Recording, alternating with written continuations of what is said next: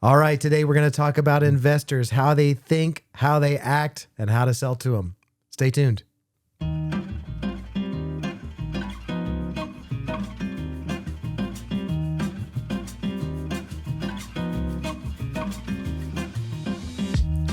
Welcome to the Agent Bridge podcast. We're your hosts, Brandon Baca. And I'm Marl Hessen. The Agent Bridge is the proven path to real estate success without the burnout. All right, let's jump into the content here, talking about investors. Actually, before we jump into the content, I think we like doing the market update on the front end and just talking about where we are. We realize you may be listening to this 3 years from the day we recorded it, but we'll just use it for posterity, historical data. Today, rates are high sixes, low high sevens, sixes, something low like sevens. that, depending on your credit score. The latest data that's coming out, we're having a lot of discussion about the appreciation of property. So I think we're year over year from 2022 to 2023, nationally, they're predicting a 1.6% decrease. Okay, nationally. Now, what that means for most middle America markets, if you're in New York or you're in LA or East Coast, West Coast, those are very different than middle America. So, but for what that means for us is we're going to see flat or slightly increased year over year volume increase. We talked a little bit about that last week with Gary Keller's predictions. So, so all in all, it's not bad. There's not a massive housing crash that I see that's going to happen. And I could be wrong, and maybe you'll use this later to prove me wrong, but I don't see it. People still need houses. We're switching the types of people that are buying houses. We were just talking to a realtor this morning who's got his second first-time home buyer. So we're seeing those people start to creep back into the market that didn't have cash.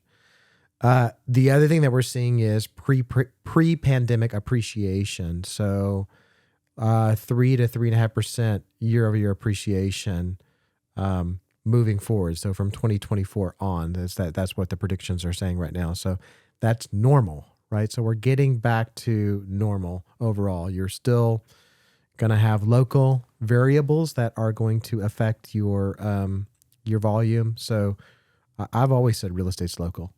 Yeah. So yeah. I agree. I don't see a big crash coming. However, nobody saw the 2008 crash coming either. True.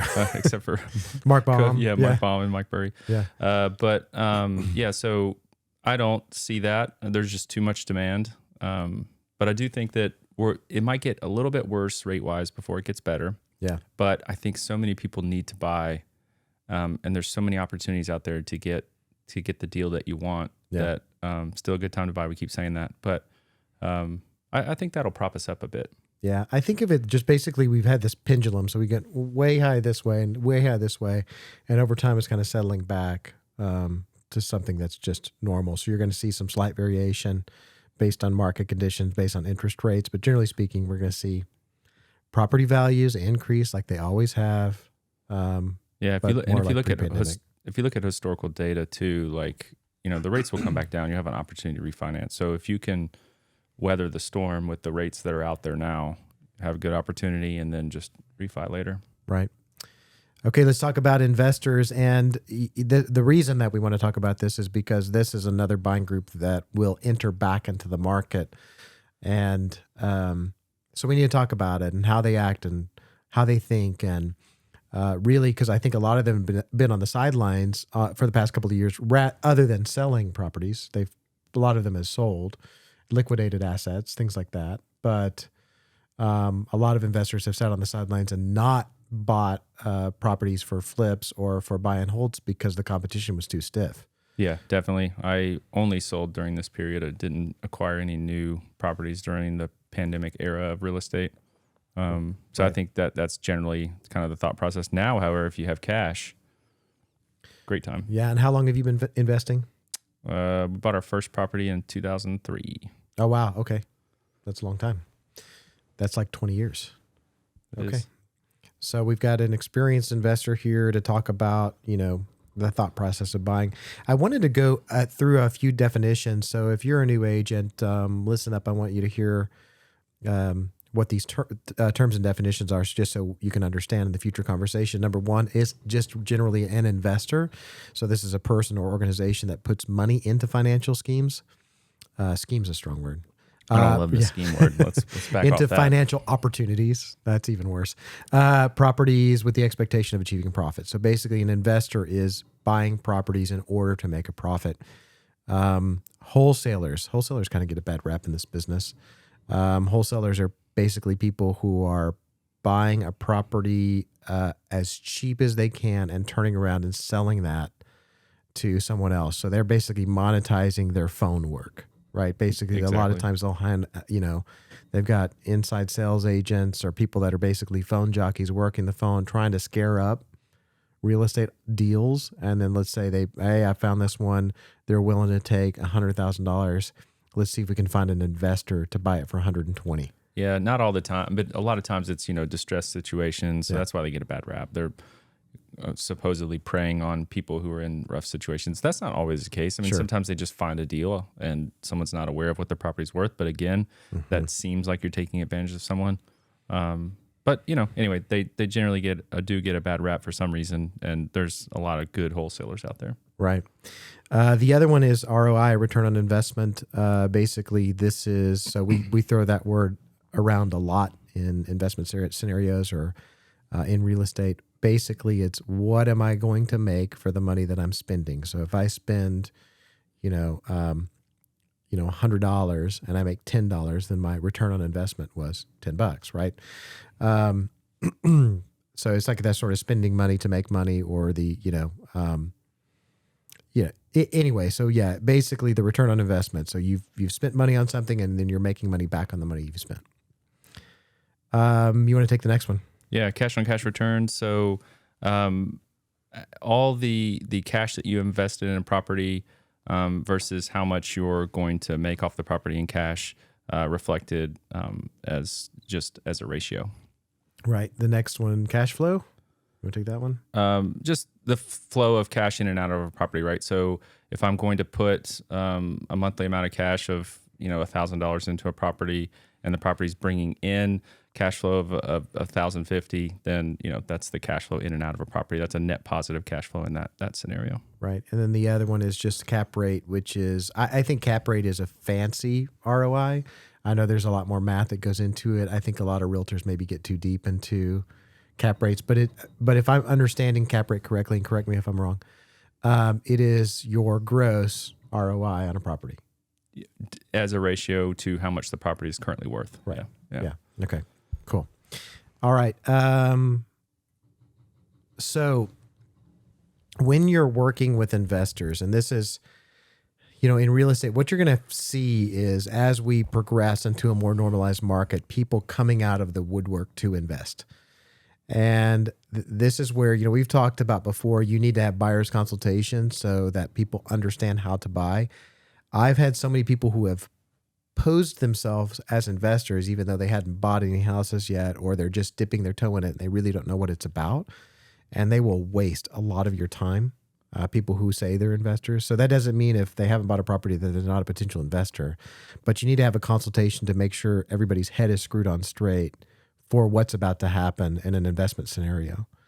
And I've seen, people that the biggest thing that I see with people who are just normal, like normal Americans that want to get into investing in property, they typically are overthinking it. They typically look at each property like an art project. They're trying to get some emotional buy-in. And it's really, investing is a numbers game. Totally. It's not about how the house looks. It's not about the paint color. It's not about, make it like it's not an art project. It is, how much money am I going to spend and how much money is this going to make me? Yep.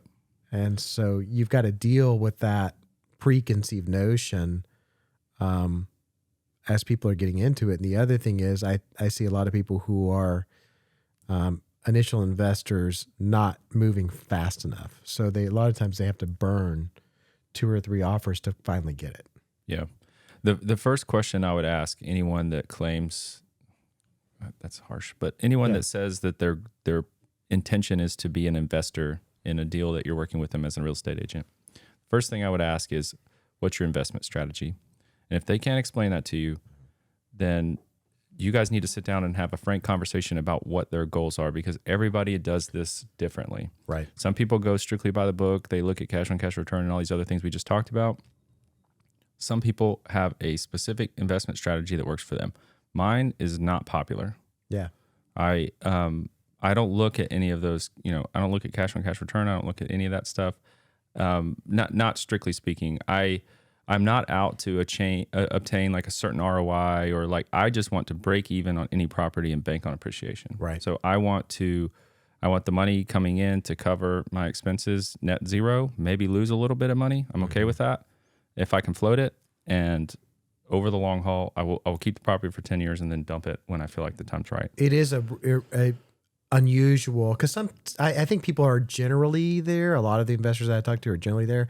They're trying to like $100, $200 a month positive. They're not really banking on that as, their income. Yeah. But they're basically, the idea is that you're building net worth with appreciation. Exactly. Right. Somebody else is paying the mortgage payment with their rent, right? So you've got a mortgage on it. They're paying rent. You're sort of breaking even. Maybe you're a little bit positive. Maybe you're a little bit negative, but you're banking on the net worth. So that's going to appreciate, hopefully, in areas that you want to invest in 4% a year. And guess what? In 5 years, that's 20%. Yeah. I mean, my first few properties, I was losing $300 or $400 a month each. Right. So, I mean, that was fine for me. But guess what? Those properties are worth, double what they were back when I bought them 20 years ago. So your net worth is growing over time. Yeah. So, but that's not popular. I mean, a lot of people want to hit a certain, cash on cash return or certain, amount of profit. And just because their goal is not to lose money, and they look at that as a loss. Yeah. But they're not thinking about the fact that if I hold this for 10 years, it's, Yeah. Not the strategy is not, it's buy real estate and wait. Yes. Just wait for the appreciation. So all that to say, make sure you have that discussion up front and understand what their goals are. If their goals are not that to basically break even or lose a little bit of money, then you need to know that, so that you're looking at properties and sending them properties that match their goals. That's right.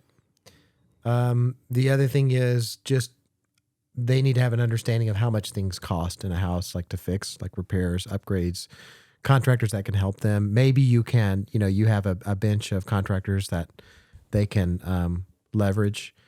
But they need to have some sort of working knowledge of what things cost in a home. Like if I got to repair an air conditioner, how much is that going to cost? If I've got to, get an electrician over here, how much is that going to cost? So on and so forth. And I've had investors also that they'll spend too much in the repair portion on a rental property. And it's like, you don't really need to go that far. Like, I mean, generally on a rental property, you want to bring things up. Like, let's say you buy something that's a little bit distressed. You don't want to put the best quality everything in the house. You don't want to worry about ripping out all the drywall and replacing everything. I think you just want to think about it's like, hey, what gets this into a rentable state? Because you're really only going to move the needle, even by doing massive repairs. You're really going to move the needle by $100 a month, $150 a month, based on condition. So it's typically not worth the repair. Yeah, just look at your competition. Just look at what's out there for rent or has recently rented.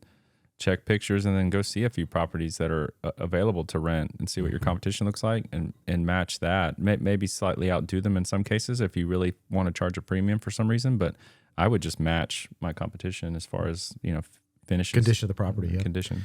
Yeah. The other one is that they need to have the financial portion of this locked down. So, and this is where it gets a little bit complicated depending on what their investment strategy is. So you can basically, you can own, through a traditional bank, you can get up to 10 houses, but after 10, that's where it sort of shifts into. You're looking at unique financing situations. Right. So you can have a lender that you work with to get to a certain place. You need to have your down payment. They're going to be looking at DTI. They're going to be looking at your general portfolio, rental rates, all that stuff as they sort of loan you money.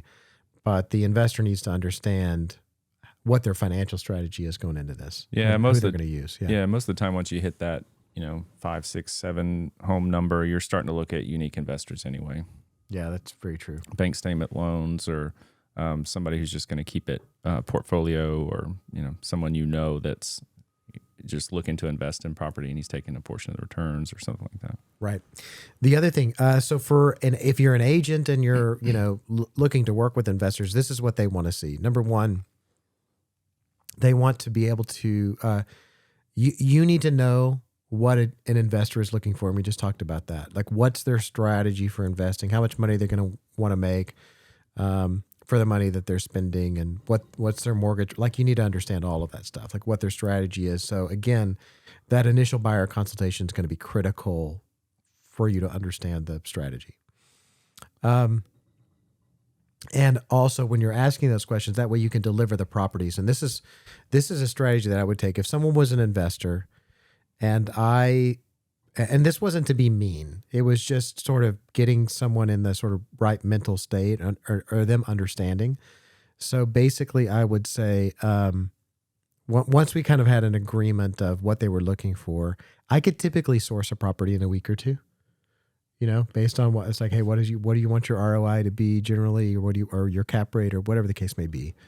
Okay, what condition of the property, and I could deliver a property because working with for sell by owners and all different sorts of scenarios. So I could typically source them in something in 1 to 2 weeks. If they were gonna once we got through about 5, 6, 7 properties and they haven't made any offers yet, we're probably done. And that may be mean, but it's like they're not ready. Yeah. I mean, especially if the properties are meeting their criteria and they're not pulling the trigger, they're not ready. I mean, an investor who's only looking at numbers has zero emotion in that game. Yeah. So it's like, all right, that property meets my criteria. It's got everything I'm looking for numbers wise, done. I mean, it's really as simple as like, how much am I going to spend on this property and how much rent is it going to make me? Right. Yeah. Or if it's a flip scenario, it's like, where do I need to buy it? Now, I will tell you, flips really, I think for the last 10 years have been extremely difficult. So I think there was like a sweet spot for flipping properties, which was like in, 2009, 10, 11, maybe even before that, early 2000s.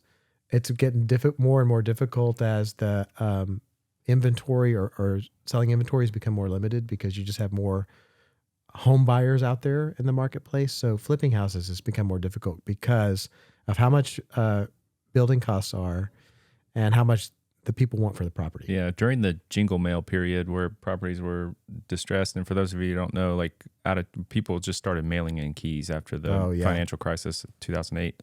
So they just started mailing in keys, and so those properties were sitting owned by the bank, distressed for long periods of time. So during that period, there was a ton of opportunity to go buy a house, bring it back up to standards and sell it.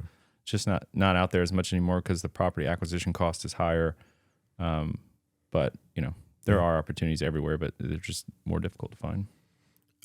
The other thing is, if it is an experienced investor, you need to be willing to learn from them, to be humble, to be coachable, and deliver some properties up and sort of, if they've got some things to show you, or if you're missing the mark in some way, be willing to learn from them.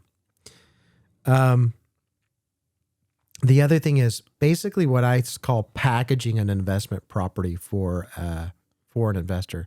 So when I would take something to them, I would not just be like, hey, this is one that you need, go buy it, right? I would typically, it's like, okay, well, we want like an MLS sheet, like a listing brief, right? With pictures. You want all the tax information. The tax information was critical because let's say something fit their criteria, but you look at the tax information, they bought the house a year ago, and the offer that you would make on the house isn't even what they owe on it. Well, then it's eliminated. Yeah. So we want to have the tax info. You need to basically understand what the mortgage is on it, and that's all in the tax info. The other thing is you need comparable properties in the area, what the house is worth. So don't just pull comps and send the area. Or don't just pull comps and send it. Right? You need to know like specifics about the area, the neighborhood, school system, finishes, all that stuff needs to be considered, and then what the after repair value is going to be. So again, I would even take some time if it's a neighborhood that you are not familiar with to source like active listings in that neighborhood and to go view those properties to see what the condition of those properties are. and where they're priced. Yeah. You have to keep in mind too that a lot of times investors are coming from another area, so they have no idea what they're getting themselves into as far as the area is concerned. Like what works for them in Dallas might not work for them in Nashville, which might not work for them in Atlanta. So you are the local expert. You need to say, hey, normal properties on the market that rent for $3,000 a month, they have these features. Yeah. And some, coming from a different area, they might not understand what's important. You recently had a California investor that you were working with a year or two ago, right? And you ended up from California, so investing in like Spring Hill area, right? Spring Hill, Tennessee. What was how did that work for you? He actually wants to move here. Okay. So he lives in California. All his family lives in California. He wants to live here. He likes the idea of no state income tax, obviously, like a lot of Californians do. But he kind of used some of the same strategies that I employ. So he talked to me about investing. These were his first 4 properties that I did with him, and so he just kind of looked for opportunities to pick up a property as on the upswing, really, because COVID was kind of starting, but it wasn't in full force. Properties hadn't gone astronomical yet, and so he bought a couple properties at first that rented for about what his expenses were, and that was kind of his strategy. And then actually he dumped one of them. We sold one of them at the kind of on the tail end of COVID, so he only kept it for enough to get out of the capital gain scenario, the really big capital gains of 2 years. So he just kept it for those 2 years and then kind of sold it. But he's got 3 others, and that was kind of his strategy. He was just looking to about break even and then buy and hold, and really just wanted to get to know the area so that when he moves here full time, he had an understanding of what was out there. I mean, I would say that would be like an ideal investor. Yeah. And then and how did when I found investors, typically I'm out there working. You'll get properties, once you have listings and things like that, you'll get people call and say they're investors. That I use that opportunity to set a meeting with them. Tell me what you're looking for. Like, go sit in and have a cup of coffee. And I would bank 4 or 5 investors, so that way when I came across a property that was a potential, that I could source it to 4 or 5 of them at the same time and typically get a contract. I think it's a good strategy as an agent, especially now, right? Now, for the last 3 years, I mean, very few of our agents ever worked with investors. But now, as you sort of, it can be, if you can source one and a half deals a month through an investor, that's going to severely impact your income. And it was critical for me to have that at the beginning of my career, because I had an investor that would buy a house every 2 months. And that was a big portion of my income for that year. Yeah. He was smart, though. I mean, he did his research. Like, he knew that how hot the Nashville market was, what kind of areas he needed to look in. And he listened to my advice about some of that stuff. Whereas you might have some people from California think, people in Tennessee don't wear shoes, and I can buy a house for $10,000, and I can find them anywhere, and that's just not the case. The market in even Clarksville, Nashville, all these areas are just super, super hot. So it's not super easy to find real estate investments right now. No, but do you think that will increase? I think if you're willing to look at the outskirts of the city, there's opportunities now. Yeah. Just because so many people are moving to Nashville that it's got to expand, right? So just circular around the city. Well, I would say that for most middle America markets, if you can kind of get in the outskirts and people are willing to commute, 30, 40 minutes, which a lot of people are. I mean, I think with the, and this might be a little bit of a rabbit trail, but I think with the increase of like working from home, or like being able to work from home, and Wi-Fi becoming readily available in most places, people can work further out. And I think you'll start to see, so we have this sort of concentration of people in cities, and I think that's starting to kind of disperse back out again. Especially work from home. People don't have to be so close to their jobs anymore. There's a lot of opportunity.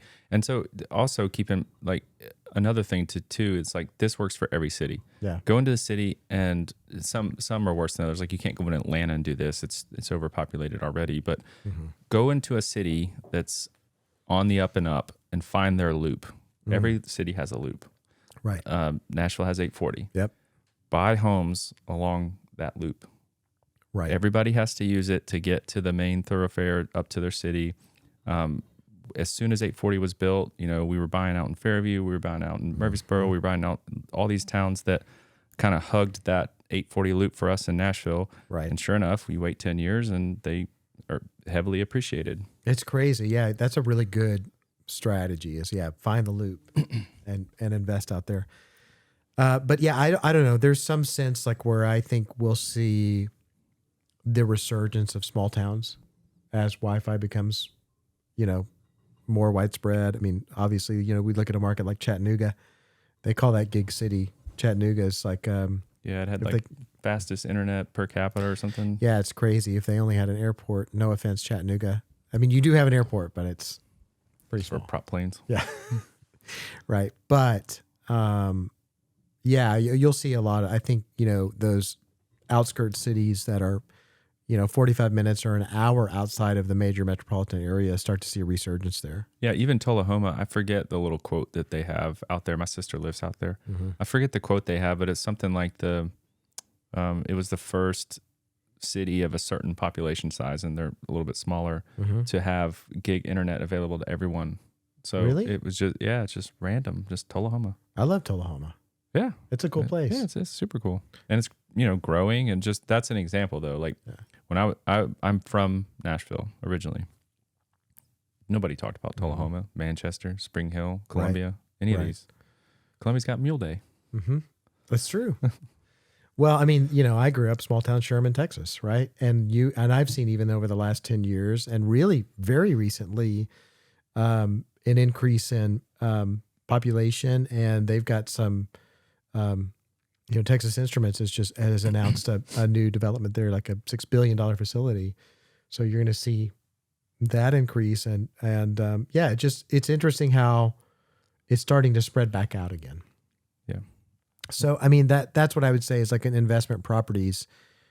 I'm not I don't know that I would look for the big city opportunities as I'm looking for like the outer suburbs. Absolutely. I mean, it was already starting pre-COVID, and then COVID allowed employers to really start to define what a remote work opportunity looks like for their business. And just so many businesses went to a lot of remote work. And so again, if you don't have to live in downtown Nashville for your job, you can live in Columbia and just remote work or wherever. Well, I mean, we don't even live. I mean, we're half an hour from Nashville, from downtown. I mean, I'm down there very rarely. Yeah, unless I'm going to a Predators game or a Titans game. Yeah, kind of staying away. Exactly. I mean, it's it's just so commercialized. I love Nashville. From here, I love it. But you're gonna run into a handful of bachelorette parties and all kinds of stuff. Yeah, and crazy traffic and parking. The thing about it is I got to pay $20 to park anywhere. Yeah, crazy. All right, but the other thing that I'll just say as investors is they're generally going to, like, once you get an experienced investor, right, they're generally going to be low maintenance. They're looking at the deal. They're going, okay, does this deal work or not? Is it, as in terms of like a purchase, like, am I going to get the return on investment, or am I going to get the appreciation? Like, they're looking from a numbers scenario, not trying to look at it from an emotional scenario. So if somebody's getting emotional about a property, it's a little bit of a red flag. Yeah. And that's why I say have that initial discussion with them about what their strategy is, because if the more investors you work with, you'll learn this pretty quick. Yeah. But if you know that their strategy won't work here, it doesn't fit the market. Right. That's a good conversation to have right up front, to say, look, if you're looking for that cash on cash return or that cap rate or whatever, it doesn't fit our model. Mm-hmm. And it's probably not the best place to look, or find somewhere that you're willing to travel to within, kind of your MLS that does fit that model, and just kind of hone in on that. And if they're not willing to shift, if they're like, no, I'm focused on downtown Nashville, and that you're not going to find the property they want, you can waste a lot of time. Mm-hmm. So just having those frank conversations up front will, set the stage, and just, the relationship will be better for it. I want to go back. One thing that I did miss is like how to source rental rates. So if you're helping an investor into an area, it's like, hey, you should buy this. This is what you're going to get on rent. How do you figure out how the rent is? So there's a basic one, which is rentometer.com, which basically you can go there. I think you can get your first 3 assessments for free. I would go do it. Like, just go put your address in there just so you can see how it works. So go to rentometer.com, type your address in. That's going to ask you like how many bedrooms, how many bathrooms, and it'll pull your neighborhood and what houses are renting for in that neighborhood. But that is not completely accurate. It's a good ballpark, but you were talking about a more specific way. I don't love all the automated tools. I mean, like they have them for people who invest in Airbnbs too. Like I don't want to throw people's names out there, but there's tools out there that show you what you should expect to list a property on Airbnb for, and same with Rent-A-Meter. I just don't love the automated aspect of it for my personal investing. Yeah, maybe it's like a Z estimate, right? Like a Zestimate. Yeah, and they can just be wildly inaccurate. So I personally, I'll go look at what's available to rent or has rented, both on Zillow and the MLS. And there's a lot of people in our locale that use RealTracs to list their property for rent. And you can look at, sometimes they'll re-upload into the MLS the actual contracts, the rental contracts, or you can just reach out to the people who recently rented and just say, hey, just tell me about what you just locked down as far as your rental rates and whatnot. And those are actual like rental values, and you can see clearly from the pictures what the current condition of the property was and things like that, and just match as close as you can your projected home that you're acquiring to what's out there being rented, and that's going to give you about as close as it gets for rental rates. You need to make sure that a couple of the key indicators are the same, like school zones, the condition, are they on some kind of major highway, like things like that, the same thing as you would for residential real estate. But once you take all those factors into account, you're going to get a pretty good estimate of what the property will rent for. By the way, spend a little extra time making sure the school zones are right. If you're not on a line, right? Because, you can get into, if you go to Spring Hill, there's like a street, and one side of the street is it Murray County Schools? Murray County Schools. And then one side of the street is Williamson County. Yeah. So massive differences in value on either side of one street. Yeah. The first house we bought when we moved back here, my wife and I, after college, after I was working out in Vegas and whatnot, first house we specifically bought on the Murray County side because we didn't have kids yet. We weren't planning to have kids anytime soon. And you could buy the same house on that side of the road. And we were literally at that Home Depot on the south side of Spring Hill that just turned Murray County. Yeah. And just specifically bought there because we knew we could buy the same house for, 20% less. Right. Crazy. All right. As we wrap up today again, make sure you are communicating with your investor on the front end, understand the expectations. And, again, a true investor should be relatively low maintenance once you've got their guidelines locked in. All right, guys, thanks so much for joining us. Have a great week. Please like, subscribe, comment on our videos. We would really appreciate it. Thank you. Thanks.